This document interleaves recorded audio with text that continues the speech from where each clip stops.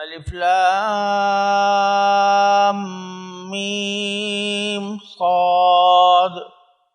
کتاب انزل الیک فلا یکن فی صدرک حرج منه لتنذر به وذکری للمؤمنین اتبعوا ما انزل الیکم من ربکم ولا تتبعوا من دونه اولیاء قلیلا ما تذکرون وَكَمْ مِنْ قَرْيَةٍ أَهْلَكْنَاهَا فَجَاءَهَا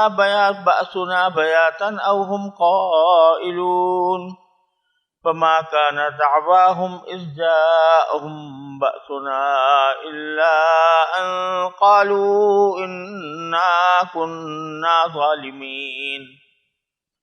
فَلَنَسْأَلَنَّ الَّذِينَ أُرْسِلَ إِلَيْهِمْ وَلَنَسْأَلَنَّ الْمُرْسَلِينَ فَلَنَقُصَّنَّ عَلَيْهِمْ بِعِلْمٍ وَمَا كُنَّا غَائِبِينَ وَالْوَزْنُ يَوْمَئِذٍ الْحَقُّ فَمَنْ ثَقُلَتْ مَوَازِينُهُ فَأُولَئِكَ هُمُ الْمُفْلِحُونَ وَمَنْ خَفَّتْ مَوَازِينُهُ فَأُولَئِكَ الَّذِينَ خَسِرُوا أَنفُسَهُمْ بِمَا كَانُوا بِآيَاتِنَا يَظْلِمُونَ وَلَقَدْ مَكَّنَّاكُمْ فِي الْأَرْضِ وَجَعَلْنَا لَكُمْ فِيهَا مَعَايِشَ قَلِيلًا مَا تَشْكُرُونَ۔ یہ آیات جو میں نے اس وقت تلاوت کی ہیں یہ سورہ اعراف کی ابتدائی آیتیں ہیں اور یہاں سے سورہ اعراف شروع ہو رہی ہے۔ یہ سورت بھی مکی ہے اور اس سورت میں شروع کے حصے میں اللہ تبارک و تعالی نے آخرت کے عقیدے کو ذرا زیادہ اہمیت کے ساتھ بیان فرمایا ہے، کیونکہ عقیدہ آخرت ہی ایسی چیز ہے جو انسان کو اللہ تعالیٰ کی اطاعت پر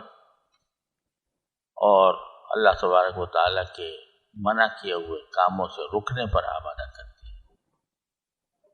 تو آخرت کے دلائل کہ آخرت قائم ہوگی، مرنے کے بعد دوسری زندگی آئے گی، اس کے دلائل اور اس کے کچھ حالات کہ وہاں کیا حالات پیش آئیں گے، اور ساتھ ہی اس کے کچھ مناظر اللہ تعالیٰ نے اس صورت میں ذکر فرمائے۔ نیز جیسا کہ سورہ انعام کے ختم پر یہ کہا گیا تھا کہ جو بھی قوم آتی ہے وہ اپنے سے پہلوں کے جانشین ہوتی ہے، تو آدمی کو چاہیے کہ جب اپنے لیے کوئی طرز عمل اختیار کرے تو یہ دیکھے کہ مجھ سے پہلے جو لوگ ہو گزرے ہیں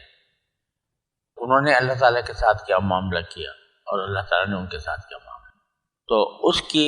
مزید تفصیل اللہ تعالیٰ نے اس سورہ اعراف میں بیان فرمائی ہے،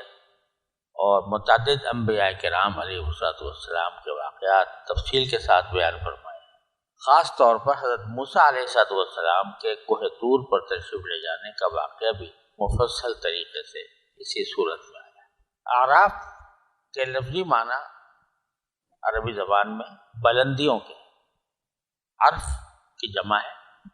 اور کسی چیز کی بلندی کو کہتے ہیں، جیسے عرف الدیگ کہا جاتا ہے، مرغے کی جو کلغی ہوتی ہے اس کو کہا جاتا ہے۔ پھر بعد میں ہر اونچی اور بلند جگہ کے لیے بھی لفظ استعمال ہونے لگا، اور اعراف سے مراد وہ ایک جگہ ہے جو جنت اور دوزخ کے درمیان واقع ہے، اور جن لوگوں کے اچھے اور برے اعمال برابر ہوں گے تو ان کو کچھ عرصے کے لیے یہاں رکھا جائے، پھر ان کے ایمان کی وجہ سے آخر کار وہ بھی جنت میں داخل ہوں گے۔ تو اس صورت میں یہ 8ویں پارے کے آخری حصے میں اللہ تبارک و تعالی نے ان اعراف والوں کا خاص طور پر ذکر فرمایا ہے کہ اعراف والوں کا کیا معاملہ ہوگا، ان کے ساتھ کیا صورتحال پیش آئی، اس لیے اس کا نام سورۃ الاعراف۔ اس تمہید کے بعد جو آیتیں میں نے اس وقت آپ کے سامنے تلاوت کی ہیں ان کا ترجمہ پہلے پیش کرتا ہوں، اللہ تبارک و تعالیٰ اس کے بعد اپنی رضا کے مطابق اس کی کچھ تفسیر و تشریح کرنے کی توفیق عطا فرمائے۔ ترجمہ یہ ہے کہ آیت شروع ہوئی الف لام میم صاد، یہ وہی حروف مقطعات ہیں جن کا ذکر سورہ بقرہ کے شروع میں گزر چکا ہے کہ ان کا صحیح معنی اللہ جل جلالہ کے سوا کسی کو معلوم نہیں، اور ہو سکتا ہے کہ رسول کریم صلی اللہ علیہ وسلم کو عطا فرمایا گیا ہو، لیکن آپ کے علاوہ اللہ اور اس کے رسول کے علاوہ کسی کو اس کے صحیح معنی معلوم نہیں ہے۔ تفصیل سورہ بقرہ میں گزر چکی۔ اس کے بعد فرمایا کہ اے پیغمبر، یہ کتاب ہے جو تم پر اس لیے اتاری گئی ہے کہ تم اس کے ذریعے لوگوں کو ہوشیار کرو، لہذا اس کی وجہ سے تمہارے دل میں کوئی پریشانی نہیں ہونی چاہیے، اور مومنوں کے لیے ایک نصیحت کا پیغام ہے۔ لوگوں، جو کتاب تم پر تمہارے پروردگار کی طرف سے اتاری گئی ہے اس کے پیچھے چلو، اور اپنے پروردگار کو چھوڑ کر دوسرے من گھڑت سرپرستوں کے پیچھے نہ چلو، مگر تم لوگ نصیحت کم ہی مانتے۔ کتنی ہی بستیاں ہیں جن کو ہم نے ہلاک کیا، چنانچہ ان کے پاس ہمارا عذاب راتوں رات آ گیا، یا ایسے وقت آیا جب وہ دوپہر کو آرام کر رہے تھے، پھر جب ان پر ہمارا عذاب آ پہنچا تو ان کے پاس کہنے کو اور تو کچھ تھا نہیں، بس بول اٹھے کہ اب ہم ان لوگوں سے ضرور باز پوچھ کریں گے جن کے پاس پیغمبر بھیجے گئے تھے، اور ہم خود پیغمبروں سے بھی پوچھیں گے کہ انہوں نے کیا پیغام پہنچایا اور انہیں کیا جواب دیا۔ پھر ہم ان کے سامنے سارے واقعات خود اپنے علم کی بنیاد پر بیان کرتے ہیں، کیونکہ ہم کہیں غائب تو نہیں تھے۔ اور اس دن یعنی قیامت کے دن وزن واقع ہونے والا ہے، پھر یعنی وزن ہوگا اعمال کا، اور اس دن وزن ہونا اٹل حقیقت ہے، چنانچہ جن کی ترازو کے پلے بھاری ہوں گے وہی فلاح پانے والے ہوں گے، اور جن کے ترازو کے پلے ہلکے ہوں گے وہی لوگ ہیں جنہوں نے ہماری آیتوں کے ساتھ زیادتیاں کر کے خود اپنی جانوں کو گھاٹے میں ڈالا ہے۔ اور کھلی بات ہے کہ ہم نے تمہیں زمین میں رہنے کی جگہ دی اور اس میں تمہارے لیے روزی کے اسباب پیدا کیے، پھر بھی تم لوگ شکر کم ہی ادا کرتے ہیں۔ شروع میں اللہ تبارک و تعالیٰ نے اس کتاب کے نازل کرنے سے متعلق ایک حقیقت کا بیان فرمایا ہے، اور حضور اقدس سرور دو عالم صلی اللہ علیہ وسلم کو تسلی بھی دی۔ فرمایا کتاب انزل الیک، یہ کتاب ہے جو آپ کی طرف نازل کی گئی، کتاب انزل الیک فلا یکن فی صدرک حرج منہ، تو آپ کے سینے میں اس کی وجہ سے کوئی تنگی نہ ہو۔ اور پھر فرمایا کہ کیوں نازل کی گئی، لتنذر بہ، تاکہ اس کے ذریعے آپ لوگوں کو متنبع کریں، آگاہ کریں آخرت کے واقعات سے۔ وذکریٰ للمؤمنین، اور مسلمانوں کے لیے یہ ایک نصیحت کا پیغام ہے۔ اس آیت میں دو تین باتیں قابل ذکر ہیں۔ پہلی بات تو یہ ہے کہ عربی کے قاعدے کے لحاظ سے عبارت اس طرح ہونی چاہیے تھی، کتاب انزل الیک لتنذر بہ وذکریٰ للمؤمنین فلا یکن فی صدرک حرج منہ، کہ یہ آیت ہم نے نازل کی ہے لوگوں کو آگاہ کرنے کے لیے، مسلمانوں کو نصیحت کرنے کے لیے۔ تو جو وجہ ہے کتاب کے نازل کرنے کی، یا اس کا جو مقصد ہے، وہ بیان فرمایا گیا ہے، لیکن اس مقصد کو بیان کرنے سے پہلے ہی ایک جملہ فرما دیا گیا کہ فَلَا يَكُنْ فِي صَدْرِكَ حَرَجٌ، کہ اے نبی کریم صلی اللہ علیہ وسلم، آپ کے سینے میں اس کی وجہ سے کوئی پریشانی نہ ہو، کوئی تنگی نہ ہو۔ تو یہ عجیب انداز کا طرز کلام ہے کہ اگر عربی کے لحاظ سے دیکھیں تو کتاب انزل الیک، جو انزل جو ہے یہ فعل ہے، اور لتنذر بہ اس سے متعلق ہے، جس میں اس فعل کی وجہ بیان کی گئی ہے۔ تو لیکن بیچ میں فَلَا يَكُنْ فِي صَدْرِكَ حَرَجٌ کا جملہ کچھ اس طرح آ گیا جیسے جملہ معترضہ ہوتا ہے، اگرچہ جملہ معترضہ نہیں ہے،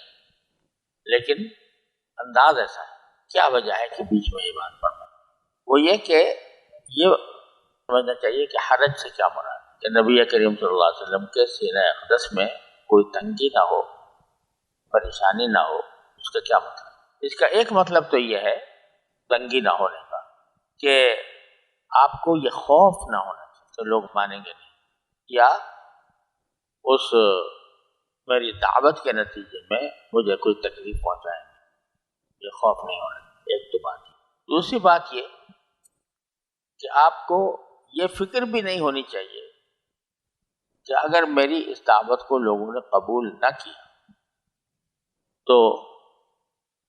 اس کی ذمہ داری میرے اوپر آ جائے۔ یہ فکر بھی آپ کے سینہ اقدس میں نہیں پیدا ہو کر آپ کو پریشان نہ کرنی چاہیے۔ اس کی وجہ کئی جگہ قرآن کریم میں بیان فرمائی ہے کہ آپ کو تو ہم نے ایک پیغام پر بنا کر بھیجا ہے، لوگ اس کو مانتے ہیں یا نہیں مانتے اس کی ذمہ داری آپ کو بڑھائے دی۔ تو کچھ ایسا لگتا ہے یہاں پر اس انداز کلام میں، اس اسلوب میں، کہ جب یہ فرمایا گیا کہ کتاب نازل کی گئی ہے، تو کتاب کا کسی بندے پر نازل ہونا، اس کو رسالت کا فریضہ سونپنا، یہ اتنا بڑا بوجھ ہے، اتنا بڑی ذمہ داری ہے کہ قبل اس کے کہ اس کی وجہ بیان کی جائے کہ کیوں وہ نازل کی گئی ہے، اس سے پہلے ہی فرما دیا گیا کہ کہیں یہ نہ سمجھ لینا کہ یہ کتاب جو تمہارے اوپر نازل کی جا رہی ہے تمہارے اوپر بوجھ ڈالنے کے لیے نازل کی جا رہی ہے۔ کتاب انزل الیک فلا یکن فی صدرک حرج منہ، پہلے ہی قبل اس کے کہ اس کا مقصد بیان کیا جائے، اس سے پہلے ہی اللہ تبارک و تعالیٰ نے یہ جو نازل کرنا کسی کتاب کا کسی بندے پر، یہ بذات خود ایک انسان کے اندر بوجھ پیدا کرتا ہے کہ بھئی اللہ کی کتاب مجھ پر نازل ہو رہی ہے تو میرے اوپر کتنی بڑی ذمہ داری آ گئی، کتنا بڑا بوجھ میرے اوپر آ گیا۔ تو قبل اس کے کہ آگے بڑھیں پہلے ہی فرما دیا کہ نازل کرنے سے یہ نہ سمجھیے گا کہ آپ کے اوپر کوئی ایسی ذمہ داری ڈالی جا رہی ہے جس کو آپ اٹھا نہیں سکتے، لہذا آپ کے اپنے سینے و اقدس میں کوئی حرج نہیں ہونا چاہیے۔ پھر سنیے کہ کیا کس لیے بھیجی ہے، کیا بھیجی ہے؟ حرج کیوں نہ، لتنذر بہ، کہ آپ کو اس لیے بھیجی گئی ہے یہ کتاب، آپ پر اس لیے اتاری گئی ہے تاکہ آپ اس کے ذریعے لوگوں کو متنبہ کریں یا ڈرائیں یا آگاہ کریں کہ دیکھو تمہاری زندگی ختم ہو جائے گی، ایک دوسری زندگی آئے گی، اس میں تمہیں اپنے تمام قول و فعل کا جواب دینا ہوگا، تو ان کو ڈراؤ کہ تم کفر کی روش پر برقرار رہے، شرک کرتے رہے تو تمہارا انجام بڑا خراب ہونے والا ہے۔ اور وذکریٰ للمؤمنین، اور ایک نصیحت ہو مومنین کے لیے، یعنی مشرکین کے لیے اور کفار کے لیے تو انذار ہے کہ ان کو ڈراؤ کہ تمہارے جو موجودہ حرکتیں ہیں یہ بالآخر تمہیں آخرت میں جہنم کی طرف لے جائیں، اور مومنین کے لیے ذکرہ، ذکرہ کے لفظی معنی ہے یاد کرا دینا، یاد دہانی، یاد دہانی۔ تو جو مومن ایک مرتبہ ایمان لے آیا اس کو ایمان کی دعوت اب دینے کی ضرورت تو نہیں ہے، کیونکہ الحمدللہ اللہ تعالیٰ نے اس کے دل میں ایمان ڈال دیا، ایمان لے آیا۔ لیکن ایمان کے نتیجے میں ایک انسان کے دل میں جو اللہ جل جلالہ کی اطاعت کا جذبہ پیدا ہوتا ہے ایمان لاتے ہی، تو وہ جذبہ پیدا ہوتا ہے، اس کی ذہن و دل کے اوپر اللہ جل جلالہ کی عظمت آتی ہے اور اس کی اطاعت کا جذبہ پیدا ہوتا ہے۔ لیکن یہ جذبہ مرور ایام سے جو دن گزرتے ہیں اور دنیا کے معاملات سے انسان کا سابقہ پیش آتا ہے تو وہ جو جذبہ پیدا ہوتا ہے بعض اوقات وہ اوجھل ہونے لگتا ہے۔ تو ذکرہ تو اس کی یاد دلائی جاتی ہے کہ بھائی تو ایمان لانے کے نتیجے میں تمہارے دل میں جو اطاعت کا جذبہ پیدا ہوا تھا کہیں بھول نہ جانا اور کہیں اس کو نظر انداز نہ کر دینا، اس لیے مومنین کے لیے وہ ذکر ہو۔ تو ایک چھوٹے سے جملے میں قرآن کریم کا پورا مقصد بیان فرما دیا اور اس کے بارے میں نبی کریم صلی اللہ علیہ وسلم کے قلب مبارک میں اگر کوئی بوجھ تھا تو اس کو بھی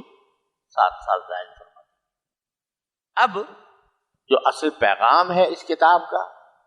وہ آگے بیان فرماتے ہیں، اتبعوا ما انزل الیکم من ربکم، تمہارے پروردگار کی طرف سے جو چیز نازل کی گئی ہے تم اس کی پیروی کرو، اس کے پیچھے ولا تتبعوا من دونہ اولیاء، اور اس اللہ کے سوا کے علاوہ ان کو چھوڑ کر دوسرے سرپرستوں کے پیچھے نہ چلیں۔ اولیاء جمع ہے ولی کی، ولی کہتے ہیں کسی رکھوالے کو، سرپرست کو، جو کسی کا دیکھ بھال کرتا ہو، نگرانی کرتا ہو۔ تو انہوں نے، کافروں نے، مشرکوں نے مختلف بتوں کو اور مختلف دیوتاؤں کو، دیویوں کو اپنا ولی سرپرست بنا رکھا۔ تو اس لیے فرمایا قرآن کا پیغام یہ ہے کہ اس کلام کے پیچھے چلو جو تمہارے کو نازل کیا گیا ہے تمہاری طرف، من ربکم، تمہارے پروردگار کی طرف۔ پروردگار کا لفظ لا کر یہ اشارہ فرما دیا گیا کہ ارے بھائیو یہ تمہارا پالنے والا ہے اور تمہیں اسی نے پیدا کیا، وہی تمہیں پالتا پوستا ہے، اور ایسا ہی ہے، ایسا کیا بلکہ ایک محض ایک نذیر کے طور پر اگر کہا جائے تو جیسے ایک باپ اپنے اولاد کو پالتا پوستا ہے، اس طرح پروردگار جو ہے وہ تمہیں پالتا پوستا ہے۔ تو اب اگر وہ کچھ کہے، کسی بات کا حکم دے اور کوئی پیغام بھیجے تو تمہاری فرما برداری کا تقاضا یہی ہے کہ اس کے پیچھے چلو، اس کو مانو اور اس کو چھوڑ کر دوسرے سرپرست نہ بناؤ، یعنی دوسرے بتوں کی پرستش نہ کرو۔ قلیلا ما تذکرون، لیکن افسوس ہے کہ تم بہت کم نصیحت حاصل کرتے۔ اور یہ کہا گیا کہ پیغمبر آ کر ڈرائیں، لوگوں کو آگاہ کریں، متنبہ کریں، اس لیے قرآن آیا ہے۔ تو اس کی ایک وجہ یہ کہ وَكَمْ مِنْ قَرْيَةٍ أَهْلَكْنَاهَا، کتنی ہی بستیاں ہیں جن کو ہم نے ہلاک کیا، فَجَاءَهَا بَأْسُنَا بَيَاتًا أَوْ هُمْ قَائِلُونَ، تو ان کے پاس ہمارا عذاب راتوں رات آ گیا، یا ایسے وقت آیا جب وہ دوپہر کو آرام کر، قیلولہ کر۔ کیا معنی کہ اللہ کا عذاب آنے کے لیے کوئی خاص وقت مقرر اور طے نہیں ہے۔ اللہ تبارک و تعالیٰ کا عذاب اللہ کو چاہے آئے تو صبح سویرے بھی آ سکتا ہے، اور دوپہر کے وقت میں جب قیلولہ تم کرتے ہو اس وقت بھی آ سکتا ہے، شام بھی آ سکتا ہے۔ دوسری جگہ ضحیٰ کا لفظ بھی آیا ہے کہ ناشت کے وقت میں بھی آتا ہے، ہم نے بھیجا بعض اوقات، تو کوئی وقت مقرر نہیں ہے، کسی بھی وقت آ سکتا ہے۔ اگر تمہیں اپنی ان بدعمالیوں کے باوجود اور کفر و شرک کے ارتکاب کے باوجود آرام سے بیٹھے ہو اور تمہیں کوئی تکلیف نہیں ہے، تو اس کا مطلب یہ نہیں ہے کہ اب تم بالکل محفوظ ہو گئے ہو اور آئندہ کوئی عذاب نہیں آئے گا، کسی وقت بھی آ سکتا ہے، رات کو آ جائے، دن کو آ جائے۔ تو چنانچہ پچھلے جو امتیں گزری ہیں ان کے اوپر عذاب اسی طرح آیا کہ یا تو راتوں رات آ گیا یا اس وقت آیا جب کہ وہ قیلولہ کر رہے تھے، اور جب آ گیا فما كان دعواهم اذ جاءهم باسنا الا ان قالوا انا كنا ظالمين، جب آ گیا عذاب جس سے ڈرایا جا رہا تھا، تو اب جو ان کی پکار ان کے زبان پر کیا تھی کہ وہی والی کہ بھئی یہ تو سمجھ میں آنے والی بات نہیں ہے کہ ہمیں دوبارہ زندہ اٹھایا جائے گا اور ہمیں اللہ کے سامنے پیش کیا جائے گا، یہ جو باتیں دنیا میں کیا کرتے تھے کہ وہی کہا کہ نہیں۔ وہاں پر ان کی جو بات ہوگی وہ کیا ہوگی کہ الا ان قالوا انا كنا ظالمين، تو یہی کہہ سکیں گے، اور تو کوئی کہنے کی بات ہوگی نہیں، یہ کہہ سکیں گے کہ ہم ہی ظالم تھے، ہم نے ظلم کیا تھا خود اپنی جانوں پر، اللہ کے توحید پر، رسول کی رسالت پر، آخرت پر ہم ایمان نہیں لائے۔ فَلَنَسْأَلَنَّ الَّذِينَ أُرْسِلَ إِلَيْهِمْ وَلَنَسْأَلَنَّ الْمُرْسَلِينَ، اب ہم ان لوگوں سے ضرور باز پرس کریں گے جن کے پاس پیغمبر بھیجے، کیا باز پرس کریں گے کہ تم نے ان پیغمبروں کے ساتھ کیا معاملہ کیا، اور وَلَنَسْأَلَنَّ الْمُرْسَلِينَ، اور خود ہم پیغمبروں سے بھی پوچھیں کہ انہوں نے کیا پیغام پہنچایا تھا اور کیا انہیں جواب دیا۔ یہ سوال ظاہر بات کہ اللہ جل جلالہ کو تو سب پتہ ہے، سب معلوم ہے، علم ازلی میں ہے کہ جن کے پاس بھیجا گیا تھا انہوں نے کیا جواب دیا، اور یہ بھی علم ازلی میں ہے کہ پیغمبروں نے اپنے فریضے کو پوری طریقے سے ادا کیا یا نہیں کیا، لیکن وہاں لوگوں پر اس بات کو واضح کرنے کے لیے فرمایا کہ ہم سوال کریں گے کہ بتاؤ تمہارے پاس پیغمبر آئے تھے کہ نہیں آئے تھے، اور آئے تھے تو انہوں نے کیا پیغام پہنچایا تھا، اور خود رسول سے پوچھا جائے گا کہ تم نے اپنا فریضہ ادا کیا یا نہیں، اور کیا بات کون سا پیغام پہنچایا، اور فَلَنَقُصَّنَّ عَلَيْهِمْ بِعِلْمٍ وَمَا كُنَّا غَائِبِينَ، پھر ہم ان کے سامنے سارے واقعات خود اپنے علم کی بنیاد پر بیان کریں، یعنی جب ان سے پوچھا جائے گا اور اس سوال سے ان کو ذرا ایک تنبیہ ہوگی، اور چونکہ شروع میں وہ دوسری جگہ قرآن کریم میں فرمایا کہ شروع میں وہ کر ہی جائیں گے کہ ہم نے تو کفر نہیں کیا تھا، تو پھر کیا ہوگا فَلَنَقُصَّنَّ عَلَيْهِمْ بِعِلْمٍ، اب ہم سارے واقعات خود اپنے علم کی بنیاد پر بیان کر دیں گے کہ تم تو یہ کہہ رہے ہو اور حقیقت میں واقعہ یہ تھا، تم نے یہ بات کہی تھی، قرآن پاک میں یہ بات کہی تھی، وَمَا كُنَّا غَائِبِينَ، اور ظاہر ہے کہ ہم اس وقت سے جس کا وہ بارے میں پوچھا جا رہا ہے غائب تو نہیں تھے، ہمیں پتا تھا، اور خود موجود بھی تھے، دیکھ بھی رہے تھے، سن بھی رہے تھے۔ اب آگے ایک واقعہ بیان کرتے ہیں آخرت کا کہ وَالْوَزْنُ يَوْمَئِذٍ الْحَقُّ، اس دن یعنی قیامت کے دن اعمال کا وزن ہونا اٹل حقیقت، اور اس کا انجام کیا ہوگا فَمَنْ ثَقُلَتْ مَوَازِينُهُ فَأُولَٰئِكَ هُمُ الْمُفْلِحُونَ، چنانچہ جن کی ترازو کے پلے بھاری ہوں گے وہی فلاح پانے والے ہوں گے، وَمَنْ خَفَّتْ مَوَازِينُهُ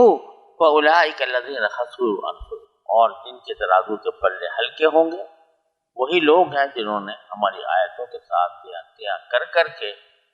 خود اپنی جانوں کو گھاٹے میں ڈالا ہے، اولئک الذین خسروا انفسهم بما كانوا یظلمون۔ اب یہ واقعہ جو بیان فرمایا کہ اعمال کا وزن ہوگا، اور یہ کہا کہ یہ ایک حقیقت ہے، اٹل حقیقت، یہ بتانے کے لیے کہ در حقیقت یہ جتنے اعمال تم کرتے ہو یہ سارے کے سارے اعمال اپنا ایک وزن رکھتے ہیں، اور ان کو اللہ تبارک و تعالی آخرت میں ان کو وزن کرنے کا کوئی ترازو سامنے لائیں گے، وَنَضَعُ الْمَوَازِينَ الْقِسْطَ لِيَوْمِ الْقِيَامَةِ۔ اب اس میں ذرا یہ جو اصول بیان فرمایا یہاں پر، اور پھر سورہ قاریہ میں بھی آیا اور دوسری جگہ پر کہ جس کے ترازو کے پلے بھر جائیں گے وہ کامیاب ہوگا، جس کے ہلکے ہو جائیں گے وہ ناکام ہوگا۔ اب اس پر بعض اشکالات ہوتے ہیں، اور وہ اس وجہ سے ہوتے ہیں کہ جس کی وجہ سے لوگوں کو جو حقیقت حال ہے وہ جو قرآن حدیث سے سمجھ میں آتی ہے اس کا دھیان نہیں ہوتا تو اشکالات ہوتے ہیں۔ تو یہ سمجھنا چاہیے کہ علماء اور مفسرین نے یہ بات فرمائی ہے کہ قرآن و حدیث کے دلائل سے یہ بات واضح ہوتی ہے کہ وزن دو مرتبہ، ایک مرتبہ وزن ہوگا مسلمان اور کافر کی پہچان، اس میں تو صرف عقائد کو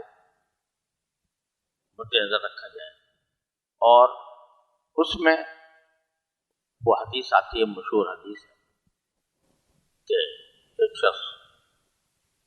کے سارے نام اعمال میں صرف ایک کلمہ لا الہ الا اللہ تھا، تو اس کے نتیجے میں اگرچہ گناہوں کی مقدار بہت زیادہ تھی اور وہ ڈر رہا تھا کہ اب میرا پلہ جو ہے یہ تو بہت نیچے گر گیا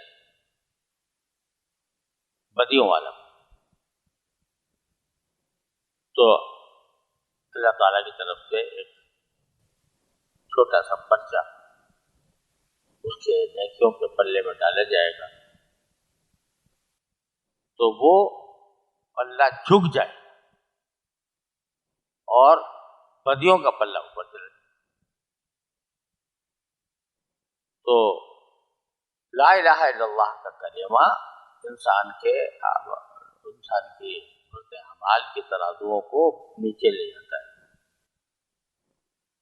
تو بعض لوگ یہ سمجھتے ہیں کہ اس کا مطلب تو ہے کہ کوئی بھی مسلمان، کسی بھی مسلمان کا پلہ کبھی ہلکا نہ ہو، کیونکہ لا الہ الا اللہ تو موجود ہے ہر کلمہ ہر انسان کے ساتھ۔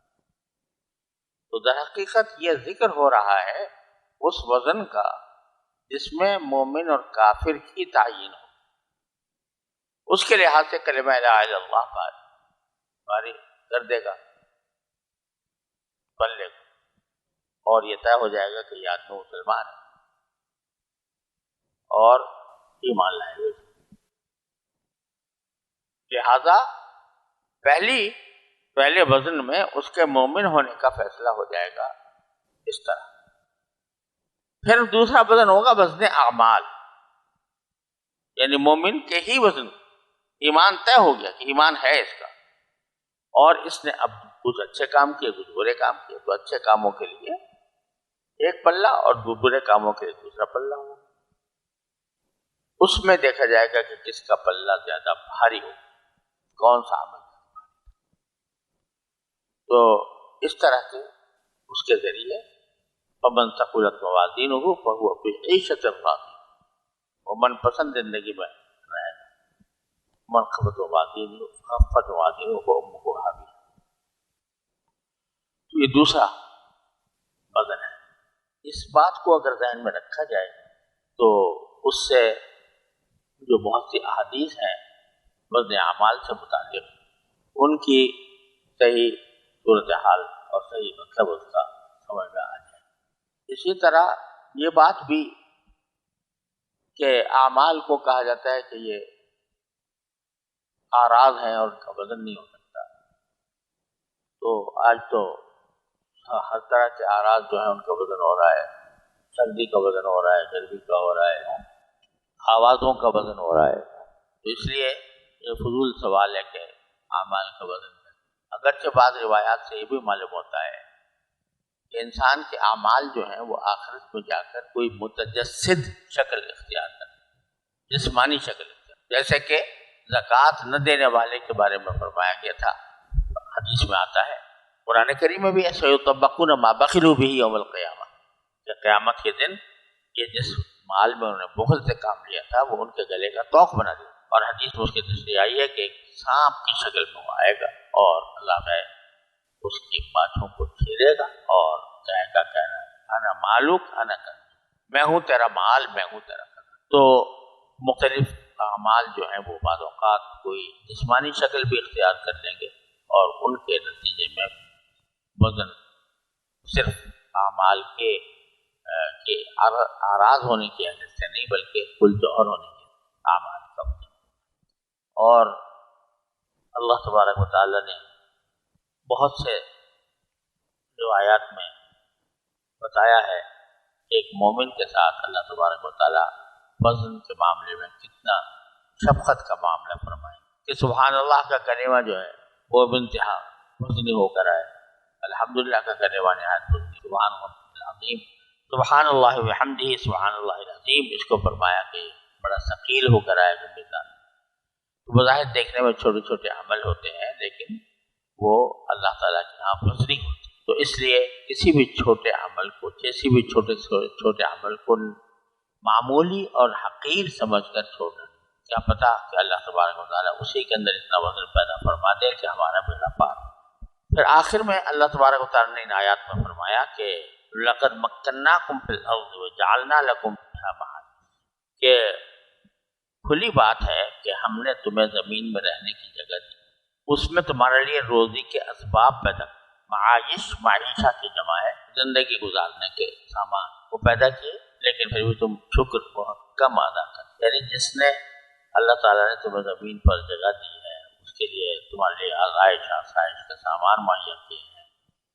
چاہیے تھا کہ ان کا شکر کرتے اور شکر کرنے کے نتیجے میں اس کی اطاعت کرتے، لیکن افسوس ہے کہ تم شکر بہت کم کرتے ہو۔ یعنی شکر کی جو حقیقت ہے کہ اللہ صلی اللہ علیہ وسلم کی اطاعت کرو، وہ اطاعت کا مادہ تمہارے اندر بہت